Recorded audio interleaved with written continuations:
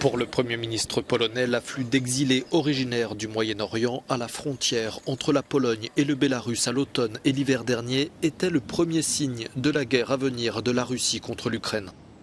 Mateusz Morawiecki a tenu à vanter cette semaine la fin de la construction de ce mur d'acier destiné à dissuader les exilés de franchir la frontière. Quelques mois après, Poutine attaquait l'Ukraine. Nous disons clairement que si nous n'avions pas dressé une barrière décisive contre ce que Loukachenko planifiait vis-à-vis de la Pologne et de l'Europe, aujourd'hui nos fonctionnaires et nos policiers devraient être focalisés sur la garantie de la sécurité intérieure et de la sécurité à la frontière.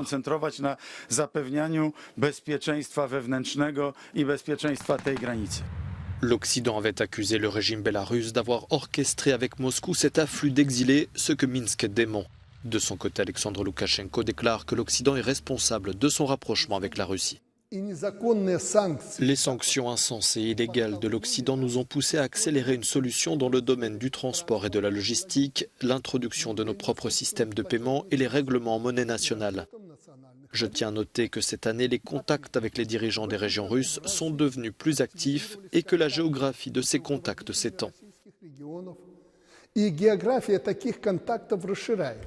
Si la Pologne a ouvert ses frontières aux réfugiés ukrainiens, la porte était restée fermée quelques mois plus tôt pour les exilés du Moyen-Orient qui fuyaient la guerre et la pauvreté. Au moins une douzaine d'entre eux sont morts à la frontière.